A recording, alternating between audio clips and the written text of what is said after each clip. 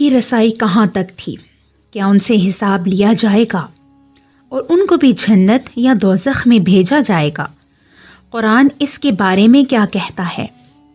صرف انسان نہیں ہوں گے جو جنت اور دوزخ میں جائیں گے یا جن سے حساب لیا جائے گا، بلکہ انسانوں کے علاوہ جنات بھی ہوں گے جن کا انسانوں ہی کی طرح حساب ہوگا، اور ان میں جنتی یا جہنمی دونوں طرح کے لوگ ہوں گے۔ کچھ حقیقی اور کچھ حقیقت سے دور باتیں ہمارے معاشرے میں مشہور ہیں۔ آج ہم قرآن کی روشنی میں جنات کے بارے میں جانیں گے۔ نبوت سے پہلے جنات کو آسمانوں کے قریب جانے کی اجازت تھی اور وہ فرشتوں کی باتیں کان لگا کر سنتے تھے اور زمین پر واپس آ کر نجومیوں کو بتلاتے تھے۔ وہ چند باتیں ہوتی تھیں، نجومی اس میں جھوٹ ملا کر لوگوں کو بتاتے تھے۔ کچھ باتیں سچ ہو جاتی تھیں اور لوگ ان کی باتوں پر یقین کرنے لگے، کیونکہ فرشتوں کی آپس کی گفتگو جنات سن لیتے تھے اور وہ نیچے آ کر جو بتاتے تھے وہ سچ ہوتی تھی، جس سے لوگوں کا ایمان خراب ہونے لگا۔ ایک بار جنات اسی مقصد کے لیے آسمانوں پر جا رہے تھے کہ انہیں شہاب ثاقب مارے جانے لگے اور انہیں وہاں سے بھگایا جانے لگا۔ شہاب ثاقب یعنی ٹوٹے ہوئے ستارے جو ایک شعلے کی مانند نظر آتے ہیں، فرشتوں کو پہرے پر بٹھا دیا گیا اور جنات کا داخلہ آسمانوں کی طرف بند ہو گیا۔ جنوں کو اس اچانک تبدیلی کی وجہ سمجھ میں نہ آئی، روایات کے مطابق جنات کے دلوں میں جستجو پیدا ہوئی کہ اس تبدیلی کی وجہ جاننی چاہیے۔ انہیں لگا کہ یا تو قیامت آنے والی ہے یا پھر خدا نے زمین والوں کو راہ راست دکھانے کا ارادہ کر لیا ہے۔ اب اسی غرض سے جنوں کی ایک جماعت دنیا بھر کا دورہ کرنے نکلی۔ یہ وہ وقت تھا جب سرکار دو عالم حضرت محمد صلی اللہ علیہ وآلہ وسلم طائف سے واپس تشریف لا رہے تھے۔ پھر آپ صلی اللہ علیہ وآلہ وسلم ایک مقام پر رکے اور نماز تہجد ادا فرمائی اور قرآن کریم کی تلاوت فرمانے لگے۔ عین اسی وقت یہ گروہ جن وہاں سے گزر رہا تھا۔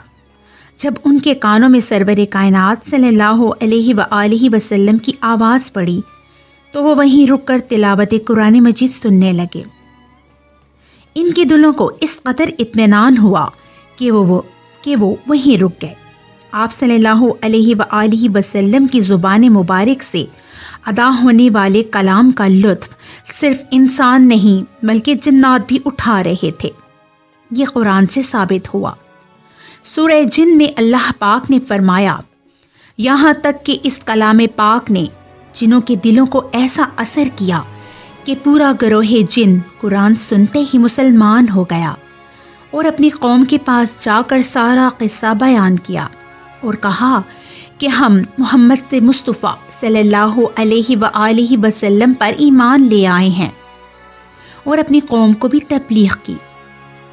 سورہ جن میں اللہ تبارک و تعالیٰ نے فرمایا، اے نبی صلی اللہ علیہ وآلہ وسلم کہہ دیجئے، میرے پاس وحی آئی ہے کہ جنات کی ایک جماعت نے قرآن کریم کو غور سے سنا اور پھر اپنی قوم سے جا کر یہ کہا کہ ہم نے ایک عجیب قرآن سنا ہے۔ یہ وہ قرآن ہے جو راہ راست کی طرف رہنمائی کرتا ہے۔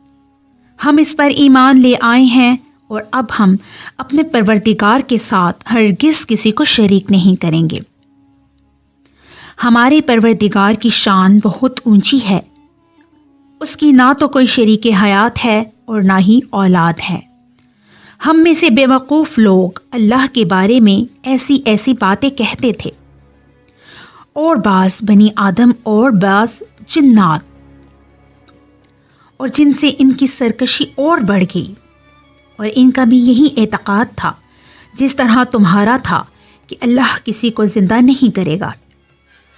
اور ہم نے آسمانوں کو ٹٹولا تو اس کو مضبوط چوکیداروں اور انگاروں سے بھرا پایا، اور یہ کہ پہلے ہم بہت سے مقامات پر فرشتوں کی باتیں سننے کے لیے بیٹھا کرتے تھے، اب کوئی سننا چاہتا ہے تو اپنے لیے انگارے تیار پاتا ہے۔ پھر کہنے لگے، ہمیں نہیں پتا کہ اہل زمین کے ساتھ شر کا ارادہ کیا گیا ہے یا رب نے خیر کا ارادہ کیا ہے۔ حضور اکرم صلی اللہ علیہ وآلہ وسلم کا ارشاد ہے، اللہ کی مخلوقات میں انسان سب سے افضل، خوبصورت اور بذا قطع میں کوئی بھی اس کے مد مقابل نہیں، اور اسلام کا نظام حیات جنات بھی اللہ پاک کی مخلوق ہیں جنہیں انسانوں سے قبل پیدا کیا گیا۔ کوئی بھی ان کے وجود سے انکاری نہیں۔ جاہل فلسفیوں کی معمولی جماعت کے علاوہ کوئی بھی ان کے وجود سے انکار نہیں کرتا۔ جن کے معنی پوشیدہ یا چھپے ہوئے کے ہیں، چنانچہ انہیں جن کا نام اسی لیے دیا گیا ہے۔ یہ ہماری دیکھنے کی صلاحیت سے پوشیدہ ہیں۔ قرآن کے مطابق یہ ایک غیر مرئی مخلوق ہے۔ قرآن کی 8 سورتوں کی 12 اور سورہ جن کی 15 آیات، سورہ انعام آیت نمبر 112 اور 128، سورہ الحجر آیت نمبر 26 اور 27، سورہ بنی اسرائیل آیت نمبر 88، سورہ نمل آیت نمبر 39، سورہ سبا آیت نمبر 12 تا 14، سورہ رحمان آیت 15 اور 33، سورہ احقاف آیت نمبر 29۔ ان کے علاوہ بھی قرآن پاک میں جنات کا ذکر موجود ہے۔ اللہ پاک نے جنات اور انسانوں کو اپنی عبادت کے لیے پیدا کیا ہے۔ اس کی تصدیق قرآن نے ان الفاظ سے کی ہے، اور ہم نے جنوں اور انسانوں کو اپنی عبادت کے لیے پیدا کیا ہے۔ قرآن حکیم ان دونوں مخلوقات کے لیے ہدایت کے لیے بھیجا گیا ہے۔ انسانوں کی طرح ان میں نیک اور بد دونوں طرح کے لوگ موجود ہیں، اور انسانوں ہی کی طرح ان لوگوں سے بھی حساب ہوگا، اور جنت اور دوزخ کا فیصلہ سنایا جائے گا۔